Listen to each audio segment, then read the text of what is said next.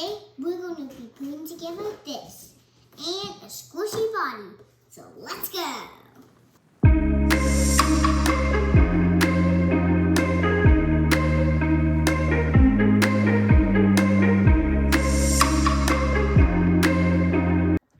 So first we have the spine here.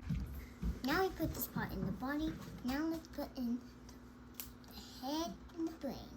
Okay guys, now we're just going to put the brain inside these two skull parts to the skull, and there we have our head.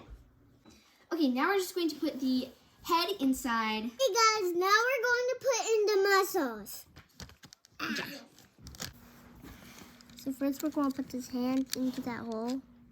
This one goes, and this one goes. Okay guys, we have the hop, the float, whatever you call the rest of them. Now let's put in the stomach. Nope. Putting on the rib cage. No, it goes the other way. Now we finish with our body. It's pretty cool. Yep. Now I hope you liked this video. We don't have any more time. So, bye.